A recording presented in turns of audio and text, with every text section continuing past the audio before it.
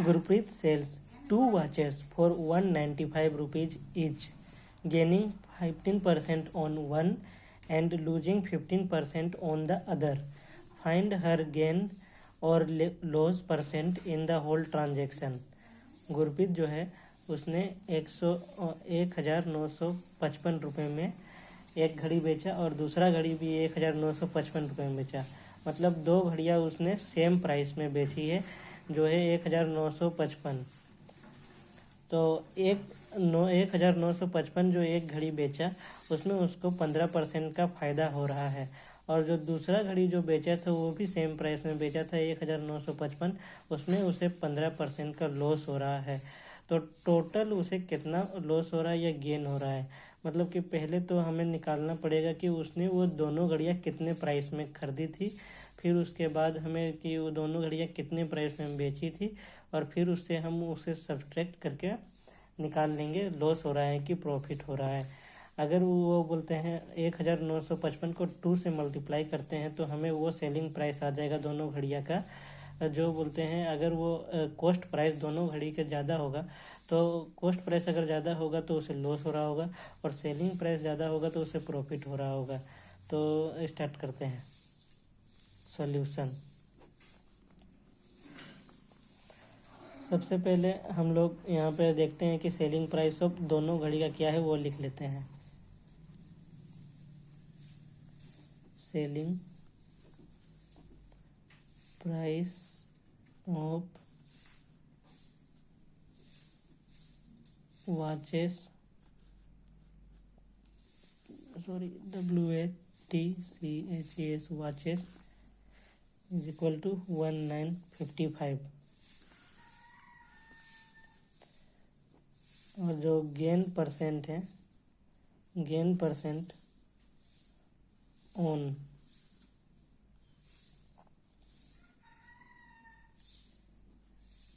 One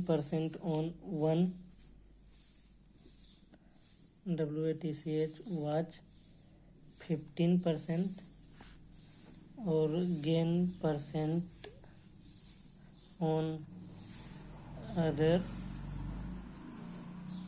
watch is equal loss percent on other watch is equal to 15%। तो हम लोग cost price of first watch निकाल लेते हैं। Cost price of first watch CP1 is equal to question mark cost price of second watch is equal to CP2 question mark equal to CP2। उसके बाद फिर हम लोग यूज करेंगे gain percent का फार्मूला और लॉस परसेंट का formula. Now gain percent is equal to gain by CP into 100। यहाँ पे हमें पता है पहला घड़ी जो है उसमें गेन कितना हुआ था 15% का, तो यहाँ पर हम लोग 15 लिख सकते हैं। और गेन जो होता है अगर वो selling price minus cost price होता है अगर गेन हो रहा है तो, और जब लॉस होता है तो वो लॉस हमारा जो होता है वो होता है cost price minus selling price. तो यहाँ पे हमें गेन हो रहा है तो हम यहाँ पे लिखेंगे selling price minus cost price, और कॉस्ट प्राइस हमारा जो है वो फर्स्ट वॉच का वो CP1 है। CP1 बाय CP की जगह पर भी हम लोग CP1 लिख देंगे मल्टीप्लाइड बाय 100 इम्प्लाइज दैट 15 जो डिवीजन में है वो दूसरे साइड में जाके मल्टीप्लिकेशन में हो जाएगा CP1, और फिर इसे 100 से मल्टीप्लाई करने के बाद ये 100 SP हो जाएगा माइनस 100 CP1। ये जो 100 CP1 है वो इधर 15 CP1 के साइड में चला जाएगा तो ये माइनस से प्लस में हो जाएगा, और फिर उससे फिर प्लस कर देंगे हम लोग 15 CP1 से। 15 CP1 plus 100 CP1 is equal to, ये जो SP है, SP का वैल्यू हमें पता है, दोनों घड़ी का सेम सेलिंग प्राइस है, 1955 है, 195500 implies that 15 CP1 100 CP1 is equal to 115 CP1 is equal to 195500 implies that CP1 is equal to 195500 divided by 115। अब इसे हम 5 के टेबल से डिवाइड कर सकते हैं। 2 बार में आता है 10 और ये 3 बार में, और ये फिर आता है 3 बार में।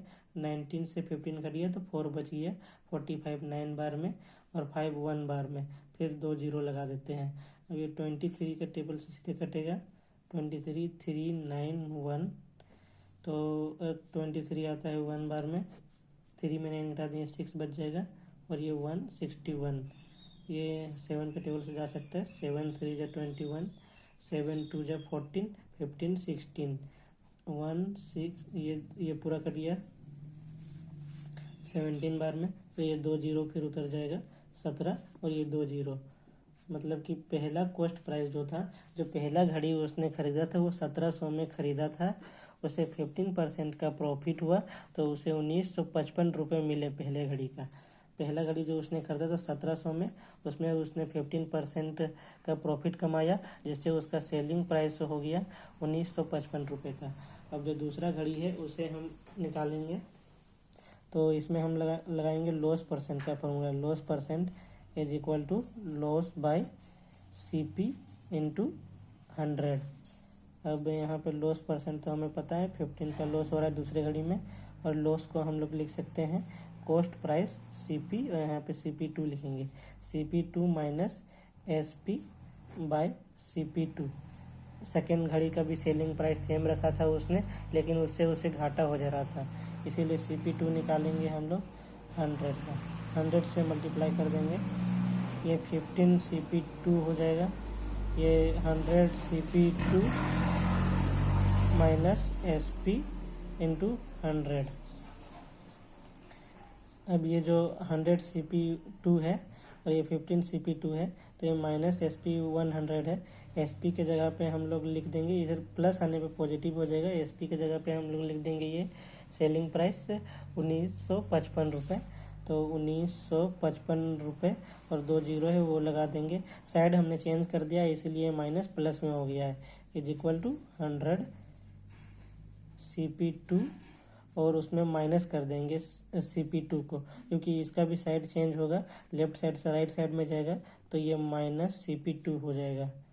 माइनस CP2 हो गया। अब इम्प्लाइज दैट 1955 और माइनस करने पे हमें 85 मिलेगा, 85 CP2। अब यहाँ पे आ जाते हैं हम लोग, इम्प्लाइज दैट 1955 डिवाइडेड बाय 85। ये जो दूसरा साइड राइट साइड में जो था हमारा 85 CP2, उससे 85 इस साइड में आकर डिवाइड में हो गया है, ये CP2 इम्प्लाइज दैट। अब इसे हम लोग डिवाइड कर देते हैं। 5 के टेबल में 1 बार में, और 35 7 बार में जाता है। फिर ये जाता है हमारा 3 बार में, और 45 9 बार में, और फिर ये 5 जाता है 1 बार में, और ये 00। अब 17 के टेबल में 34 आता है 2 बार में, और 34 आने के बाद 51 आता है 3 बार में, फिर 00। 17 के टेबल से कट गया, तो हमारा जो CP2 था वो इक्वल टू 2300 हो गया। ये जो हमारा पहला CP1 था, CP1 यहाँ लिख देते हैं हम, पेज चेंज कर दिए हैं, 1700, और CP2 जो हमने निकाला वो था 2300। मतलब पहला घड़ी उसने 1700 में खरीदा था और दूसरा घड़ी 2300 में खरीदा था, लेकिन दोनों को सेम प्राइस में बेचा, 1955 और 1955। जिससे कि उसे प्रॉफिट होता है या लॉस होता है ओवरऑल, वो हमें निकालना है। लेकिन 1700 में पहला घड़ी खरीदा था, लेकिन 1955 में बेचा उसने, तो उससे उसे 15% का प्रॉफिट हुआ। लेकिन जो सेकेंड घड़ी था उसने 2300 में खरीदा था, लेकिन 1955 में बेचा, मतलब उसमें 15% का लॉस हुआ CP2 में। तो ओवरऑल कॉस्ट प्राइस कितना था वो लिख लेते हैं हम लोग। ओवरऑल कॉस्ट प्राइस, उसे हम लोग CP मान लेते हैं सिर्फ, is equal to CP1 plus CP2 is equal to 1700 plus 2300, ये हमारा 4000 हो गया। ओवरऑल कॉस्ट प्राइस जो है 4000 हो गया। और सेलिंग प्राइस और ओवरऑल जो है दोनों का, क्योंकि यहाँ पे ईच लिखा हुआ था क्वेश्चन में 1955 रुपीज़ ईच, तो अगर ओवरऑल निकालना है हमें तो दोनों को बोलते 1955 ईच जो है उसे 2 से मल्टीप्लाई करेंगे तो 2 घड़ी के लिए निकलेगा हमारा। Overall SP is equal to 2 into SP, यहाँ पे मैंने SP ही रखा था इसीलिए इसे SP डैश रख देते हैं। ओवरऑल SP को हम लोग ओवरऑल सेलिंग प्राइस को हम लोग SP डैश रख देते हैं नाम, सेलिंग प्राइस। तो 2 इंटू SP हो जाएगा, SP 2 इंटू 1955, 2 5 जा 10 और 2 5 जा 10 111 और 2 9 जा 18 119 और 2 2 जा 2 1 जा 2 13 3910। ये इसका ओवरऑल जो है सेलिंग प्राइस था। और ओवरऑल कॉस्ट प्राइस जो था वो 4000 था। तो यहाँ हम लोग देख सकते हैं कि जो उसका ओवरऑल सेलिंग प्राइस है वो ओवरऑल कॉस्ट प्राइस से कम है, तो उसे लॉस हो रहा है। तो हम यहाँ पे अब लॉस लिखते हैं, और लॉस हम लोग जानते हैं कि cost price minus CP minus selling price SP dash होगा। तो 4000 माइनस 3910,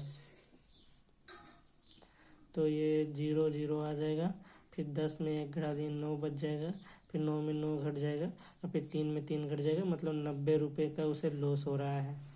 तो अभी 90 रुपये जो हमारा जो लॉस है इसे परसेंटेज में चेंज करना पड़ेगा। तो हमारा जो CP था कॉस्ट प्राइस से, और 90 जो है उसका हमें परसेंटेज निकालना होगा। 90 का इसका परसेंटेज 90 का 4000 में परसेंटेज निकालेंगे, वही उसे लॉस हो रहा है। तो हम लॉस परसेंट लिखते हैं। अब loss percent is equal to 90 by 4000 into 100। इसे आप ऐसे भी पहले लिख सकते हैं एक स्टेप में, loss by cost price into 100 लिख सकते हैं, क्योंकि ये लॉस जो है 90 का हुआ उसे ओवरऑल, और ओवरऑल कॉस्ट प्राइस जो था वो 4000 का था। तो अब ये डिवाइड कर देते हैं हम, ये 9/4 आ रहा है। इसे हम लोग 2/1/4 भी लिख सकते हैं, या फिर हम 2.25% भी लिख सकते हैं इसे। ठीक है, थैंक यू।